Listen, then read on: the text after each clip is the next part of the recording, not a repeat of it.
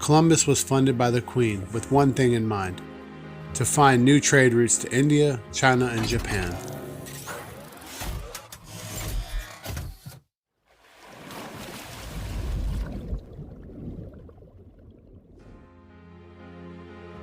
Christopher Columbus set out to sea in 1492 to support an ever-growing population of European people, with funding and support from the most powerful woman in all of Europe. For Columbus, it was difficult to put together a group of sailors willing to embark on a journey to no man's land. Plenty of rumors, legends, and myths to not travel to the west in the open ocean. Eventually, Columbus was able to put together a motley crew of people willing to leave the overcrowded populations in Europe. Mostly people who had no place to call home, peasants and criminals. People that wanted to leave Europe in hope of a better life.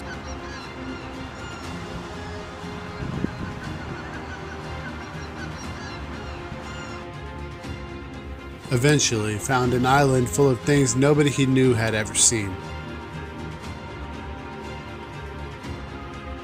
New animals, new plants and trees, new food, new rivers and creeks, a whole new world, and with that new world, new legends.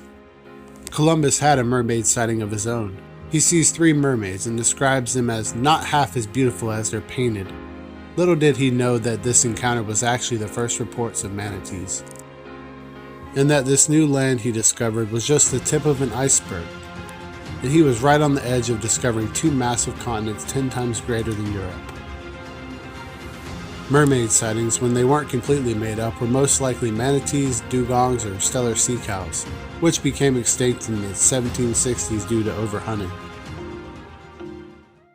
All throughout the creeks of Central Florida, you can find evidence of ancient ancestors to today's manatees, the dugong. These are some of the bones right here of the ancient ancestors of manatees. They're everywhere. This is one pile I found on one rock bed. These are all manatee bones. It's an odd bone. Some sort of a joint. Manatees will congregate during very cold weather inside of small springs in order to maintain a consistent body temperature. And it's ideal for manatees during extreme cold.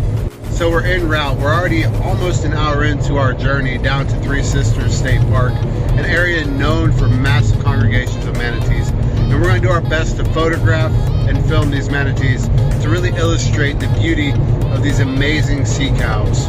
Made it to Crystal River. It literally said on the sign to Crystal River, home of the manatee. So that's super encouraging. Right over there, look at the manatee statue. Awesome.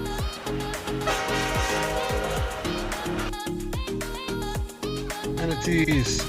Three Sisters is straight ahead. Three Sisters Springs Trail right there. Big green sign. I missed my road. I had to take a detour to go back around to get to it.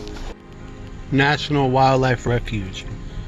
Three Sisters Springs. Now I'm going to ask this gate guard if there are any manatees here. Good news and bad news. You cannot park at the wildlife facility. You actually have to catch a trolley or a tram. Live manatee count was 200 specimens, so we have to go. Y'all. Ready to load up. Right, try to run out every half hour.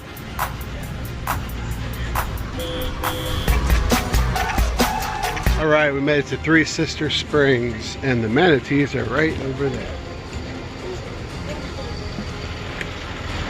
You might be able to see them here shortly. We're going to go get a real good look at them.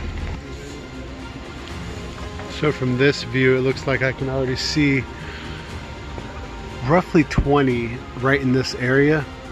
And they're big, guys. These are anywhere from 7 to 1,200 pound animals. Just listen to all the wildlife.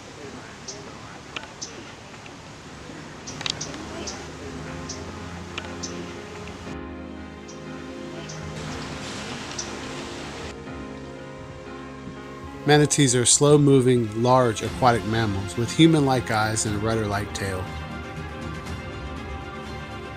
Able to swim up to 25 nautical miles an hour. Manatees are herbivores and eat over 60 different freshwater plants like water hyacinth, pickerel weed, alligator weed, water lettuce, hydrilla, water celery, muskgrass, mangrove leaves, and saltwater plants like seagrasses, shallgrass, and obviously manatee grass. Manatees show signs of complex associative learning. They also have good long-term memory. Every year when the waters in the Gulf of Mexico drop below 20 degrees Celsius or 68 degrees Fahrenheit, manatees head inshore for warmer water. Thousands of manatees all head to the same springs year after year. Manatees spend around 50% of their time underwater sleeping, but have to come up in average intervals of around 20 minutes for air. There they go, they're both getting there. Manatees are in a family of large aquatic mammals known as Serinia. They can measure up to 13 feet long. West Indian manatees call Florida home, but there are also the Amazonian manatee and the West African manatee. Manatees have no natural predators. Humans pose the biggest risk to their survival. It is believed that the Steller sea cow went extinct due to overhunting. But now boats leisurely cruising their waterways pose the biggest threat. Many of the manatees showed scars from boat propellers. Those scars can become markers to identify individuals. When the same manatees exhibiting the same scars come to the same springs year after year, it proves just how good the manatee's long-term memory really is. The Endangered Species Act is protecting many different mammals in Florida. Various laws to protect these manatees has played a crucial role in their continued survival, with less impacts between boats and manatees, leading to an increase in manatee population. This was an experience I'll never forget. The reason I wasn't able to swim with the manatees is the same reason these manatees are having such continued success. Various laws to protect the species. Swimming with or touching the manatees can be considered harassment. Laws have been passed to restrict access to the springs to which these manatees depend on.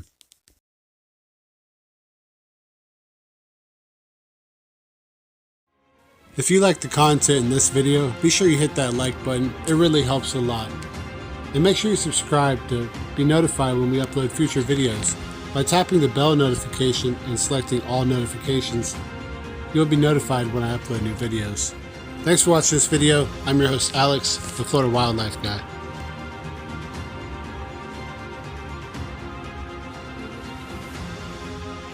What a fun day here at Three Rivers State Park. Here's the trolley coming to pick us up.